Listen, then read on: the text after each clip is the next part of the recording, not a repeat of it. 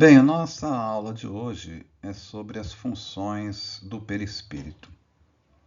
A palavra função, ela vem significar para que serve alguma coisa, o que caracteriza algo, para que ele serve, para qual utilização, o seu propósito específico. Então, quais serão os propósitos para que serve o perispírito? Então, ele serve, segundo a doutrina espírita, para quatro funções: a instrumental, a individualizadora, a organizadora e a sustentadora. Então, o perispírito serve para essas quatro funções. A primeira delas, a função instrumental, vimos na primeira aula que, desde a mais remota antiguidade, o homem desejava saber, quando participava de alguma corrente espiritualista ou religiosa ou filosófica, que acreditava que após a morte algo continuasse, como alma, como espírito, mas não sabia explicar como se dava essa união entre o espírito e o corpo. As várias religiões responderam isso com nomes diferentes. Então a ideia de perispírito é antiga. E, como diz aí Teilhard de Chardin, nós somos seres espirituais passando por uma experiência humana. E dessa forma, então, a função principal do perispírito, que é instrumental, é servir de instrumento de ligação entre o espírito e o corpo. Então, ele liga o espírito ao corpo, como já vimos no nosso primeiro encontro. Mas, além disso, vejam só, ele permite a interação, não é só a ligação, a interação entre dois mundos, o mundo espiritual e o mundo físico. E recebe e influencia o corpo físico, o que vem do mundo físico e vai para o mundo espiritual, no caso onde está o espírito, e vice-versa, porque todos nós somos médiuns. Sim, somos seres espirituais passando por uma experiência física.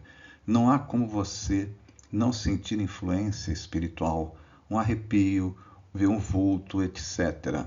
Ah, mas eu aprendi que médium é outra coisa. Não, médium, como diz Kardec, é todo aquele que sente, num grau qualquer, a influência dos espíritos. Mas, na realidade, como vem depois André Luiz nas suas obras falar, todos somos médiums. Kardec estava errado? Não. Ele complementa, porque, na realidade, muda-se o conceito no sentido de que médium é aquele capaz de produzir o fenômeno mediúnico, a psicografia, a psicofonia, o efeito físico e por aí vai. Então Kardec estava certo, mas todos somos médiuns. Não é só sentir, porque todos sentimos a influência do mundo espiritual, mas em graus diferentes. A função instrumental, ela possui três características. Duas delas estão aí colocadas. A primeira, ela servir de veículo às manifestações do ser, do espírito, né? Então, o espírito, ele se manifesta no mundo físico pelo perispírito e pelo corpo, né? Então, ele é um transmissor e receptor das sensações do ser. Não é o corpo que sente, é o espírito que sente. O corpo dá uma sustentação material para que as sensações e emoções cheguem até o espírito pelo perispírito. Há uma combinação de corpos, vamos dizer assim, para que essa ligação de um corpo sutil como o espírito se manifeste no mundo físico. Uma outra característica é ele servir de veículo do pensamento.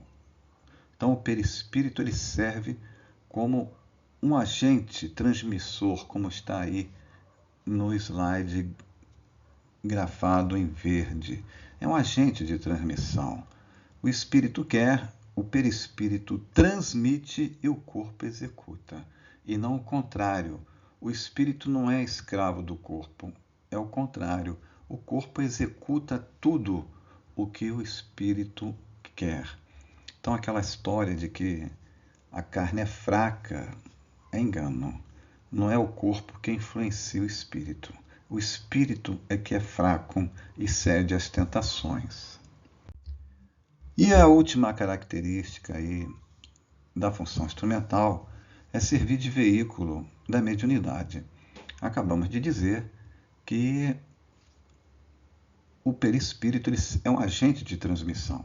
Ora, se eu faço parte de duas dimensões, de dois mundos, eu posso servir de instrumento para a comunicação, que no caso, como nós falamos anteriormente, dá-se o nome de médiuns. Então, o perispírito desempenha um papel essencial em todos os processos mediúnicos. Então, vejam só, na direita, acima, tem uma mesa, representando lá uma foto da época, das mesas girantes e falantes. Então, não era a mesa que tinha vida. Kardec veio descobrir isso depois. A mesa era manipulada por um espírito, na realidade, pelo perispírito de um espírito, que utilizava de energias de pessoas do ambiente, como será explicado no futuro. Então, a mesa ali estava se mexendo porque um espírito, utilizando do seu perispírito, a fazia mexer-se. É um fenômeno de efeito físico. Então, continuando aqui, o perispírito, como veículo da mediunidade, é a chave para entender todos os fenômenos mediúnicos espíritas, pois é por meio do perispírito que os espíritos agem sobre a matéria inerte e produzem as diferentes manifestações, que podem ser de efeitos físicos, barulhos, pancadas, etc., ou, como a doutrina espírita também classifica, de efeitos intelectuais, pela transmissão do pensamento, pela intuição, pela psicografia, pela audição, da vidência, da audiência mediúnica. Partimos agora para outra função, que é a individualizadora. Então, o perispírito, vejam só, ele serve para individualizar e identificar o espírito, tanto encarnado quanto desencarnado. Então, nós não fomos feitos numa fábrica de produção de automóveis, que todos somos iguais em corpo. Não. Então, como o espírito, ele é um agente transmissor, ele é elaborado, construído pelo espírito. Ainda veremos isso. Então, nisso há uma individualização do grau de evolução do espírito, que influencia as formas do perispírito. E a forma do perispírito vai influenciar a construção do corpo físico. Então, o corpo, ele é uma cópia do perispírito. Quando você, assim nos dá uma individualidade, que também lá pelas propriedades do perispírito, que veremos no próximo encontro, entenderemos melhor a maneira como se dá essa individualização. Então, essa individualização, como está escrito aí, é consequência da história da evolução espiritual de cada um. Mas, além disso, para atender também a lei de causa e efeito, os problemas perispirituais criados pelo espírito, acabam individualizando o corpo físico, como está escrito aí. A individualização transmite ao corpo físico as necessidades reencarnatórias, tais como deficiências físicas e psicológicas, orgânicas, seja até para fins de reconstrução do perispírito lesionado, que o perispírito acabou ficando lesionado por uma série de aspectos psicológicos durante a última encarnação, ou para atender às exposições da lei de causa e efeito. Nós veremos isso mais adiante.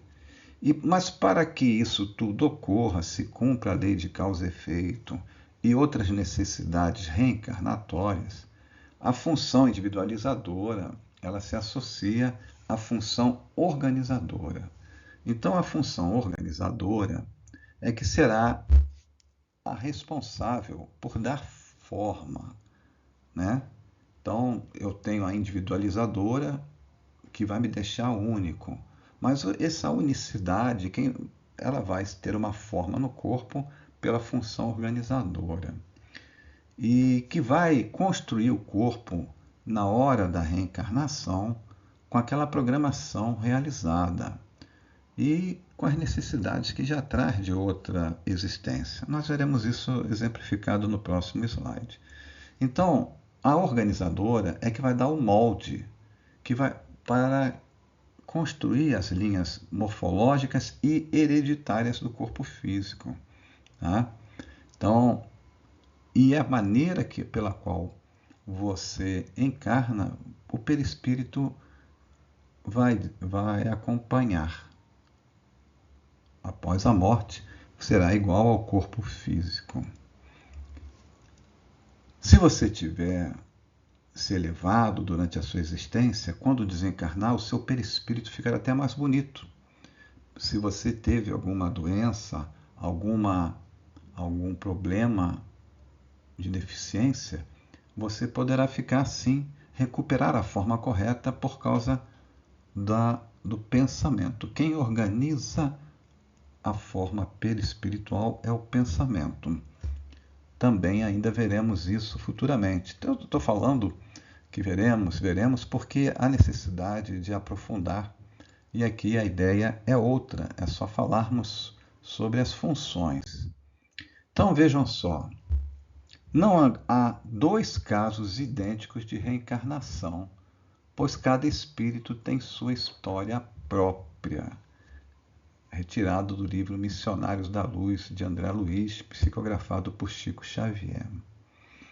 E ainda nos lembra Zimmermann, aí no seu livro, que todos os processos de reencarnação são assistidos, planejados, acompanhados por espíritos técnicos superiores. Então, continuando aí no último parágrafo, o estudo prévio da situação kármica do reencarnante é feito pelos espíritos técnicos que trabalham na reencarnação.